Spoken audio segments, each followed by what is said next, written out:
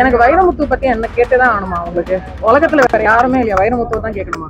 உங்க தப்பு இல்ல, உங்களை கேட்க வச்சிருப்பாங்க. What is the point? Why are you triggering? வை?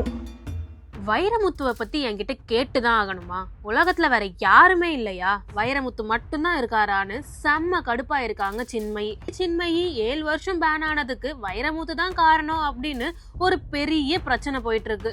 அதெல்லாம் தாண்டி சின்மய பேன் பண்ணியிருக்காங்க அப்படின்றதே ரீசெண்டா தான் பல பேருக்கு தெரிஞ்சு, இந்த குரலை எப்படிரா பேன் பண்ணீங்கன்னு முத்தமலை சாங்ல இன்னும் பயங்கரமா மயங்கி சின்மய்க்கு ஃபேன் சப்போர்ட்ஸ் அதிகமாச்சு. சரி, நிலமெல்லாம் சரியாயிட்டு இருக்கு அப்படின்னு சின்மயி நினைக்கும் போதுதான் மறுபடியும் வைரமுத்துவை பத்தி அவங்க கிட்ட கேள்வி கேட்டதும், சீரினார் சின்மயி, பிரேக்கிங் நியூஸ், சாகடித்தார் சின்மயி அப்படின்னு சானாக்கு சானா சீனாக்கு சீனா அப்படின்னு பயங்கரமா கொதிச்சு எழுந்திருக்காங்க சின்மயி. நீங்களும் ஒரு பொண்ணு தானே, என்கிட்ட இப்படி கேக்குறீங்களே, இந்த கேள்வி இப்ப தேவைதானா? உண்மைய சொல்லுங்க, இப்ப இது தேவைதானா அப்படின்னு இந்த கேள்வியை கேட்ட ரிப்போர்ட்டர் கிட்ட சின்மயி செம்மையா கடுப்பா இருக்காங்க. அப்படி என்னதாங்க அந்த ரிப்போர்ட்டர் வைரமுத்துவை பத்தி கேள்வி கேட்டாங்க அப்படின்னா, இப்ப ரீசெண்டா அனௌன்ஸ் பண்ண நேஷனல் பிலிம் அவார்ட்ஸ்ல சில கருத்து வேறுபாடுகள் இருக்கு, முரண்பாடுகள் இருக்கு, அதிருப்தி இருக்கு அப்படின்னு வைரமுத்து சொல்லியிருக்காரு.